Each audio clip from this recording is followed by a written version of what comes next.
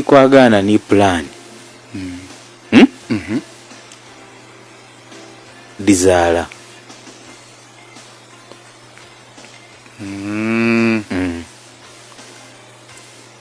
it is plan okusupportinga sente okuzaala.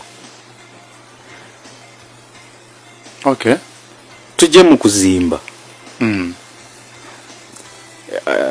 Nze nzira kizimbe kyenzimbye nga tibampaire plan. Aye nga sente oluisimba ndiina. Aye nga nzinandikeire bukeire ndina sente. Nakoba engineer namukanti dotandika okola ki okuzimba. Bati nsooka kwengejinga architect.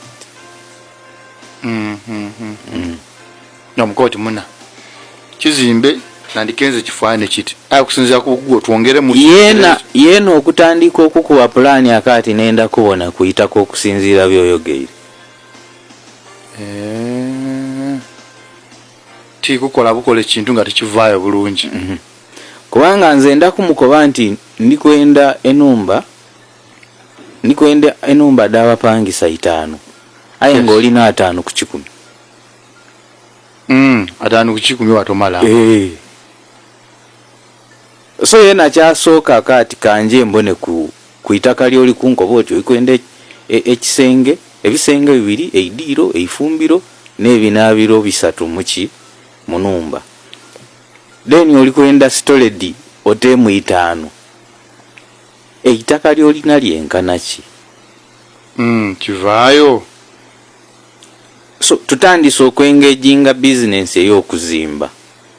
Aye nga tukali kulowooza kukoba nti sente diri meka edirije okuzimba ekizimbe. Kubanga tini wakola bill of quantity. Oli kukitegeera? Yes. So iwe wobanga oyina milioni 10 enumba doli kwenda okuzimba da 1.5 billion. Obo oyina sente? Obati wetegeike bulungi obulamuko. So tutandika na plan. Ekwamba otegeera projection. Yes. Ndivyo kwenda okola biri byaga biti. Yes.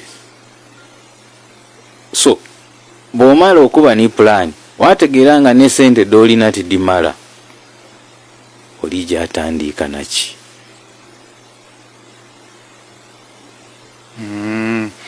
Kuba dinzo butamala nga dikwikiriza okuba ku kyokola. Architect yenga ali kwenda milioni 5.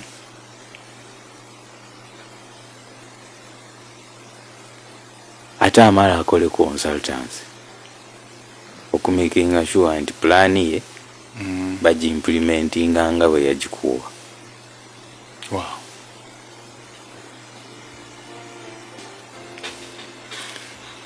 Kukola sente kunonya sente kuba na sente munsawo. Tucha nenda odeme oidukire nti tukali ku maiso gobwongo. Ayi tuli mukano meraka rules of engagement.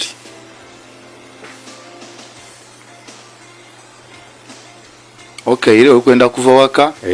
Akoti aye pigano kali kutegera ndi kujja wene. Aye kantandike ngotambula olugendo. Chendi ndi kwenda kuba ku Kampala ayi twedi Kampala wa wene. Pigano tu so ingira ha otuke naka oize kuchi. Oingire Kampala so what? Kibugo chingire buli omali kubona chingire. Aye okujja wa wene. Nabo ulira nti baba tomeire. Tobe na kigeto to definize rugendo lu ekiraku kuwanka wanka obanje oli kukitegeera. Kutegeire wamma. So mu bulamu bwaife olugendo lona lwolowoozaako okutandika lutandika n'okulwengejinga mu bigambo. Ebigambo n'omuva plan. Oli kukitegeera? Yes. Ebigambo bibi nikino kanji bakobere. Ate ebigambo birungi ate biwooma. ebigambo bibi, ebigambo bigayigawaza ate ebigambo byavuwaza ate ebigambo bivaako entalo, ebigambo bivaako obukyayi.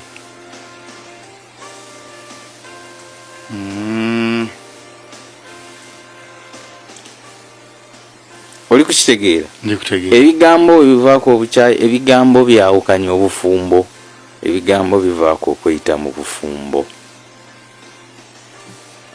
ebigambo bimalawo bizinensi, ebigambo bizimba bizinensi. Ndikutegeera. Oli kunfuna? So strategy y'ebigambo byo, strategy y'ebigambo byaife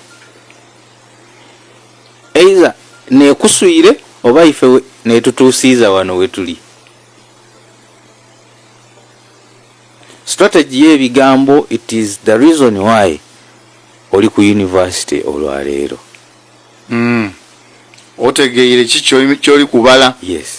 Ekigambo kino kintawale. Yes. Naira wano. Yes. Najja wale. Yes. Ndi Sam nabetanaka ati ndikwenda someone to oversee my 5 companies. Yes. So I'm sad I competent but bawo bigambo kubanga ne nali kusomeza olwaleero byali bigambo. Ndikirizaganya bulungi. Oli kukifuna? Bwe wajjaayo wamuwuliriza watoolayo ebigambo. Era oli kubikobera abantu. Era kyova bali kuwuliriza. I agree. So bigambo bisobola okwamba oba byakubreakinga. Olwaleero eriyo abantu balina obusenta bungi wano bwe batyaimemu, bali mu bigambo era babibaamu buli lunaku ayezera gye bibatwala.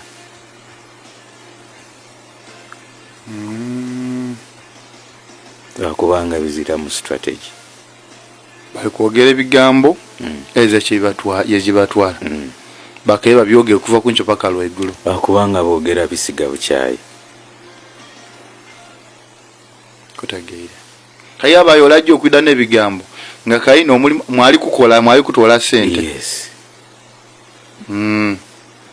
Izalise ebigambo bya campaign. Mwamuwa akalulu yaja. Ye ebigambo abifuniyemu. Ngeyo ni strategy ye yakutegeera ebigambo ndijja kwengejinga nti abantu bano basooka na kutyama akanti basookera waka yakati abantu tulijja kubengejinga tutya. Baba Rebecca, Baba Sharon, abantu ojja bakoba ki? Wankobo ojja kwesimba abantu ojja kukola ki? Olijja bakoba ki? Ame kituufu.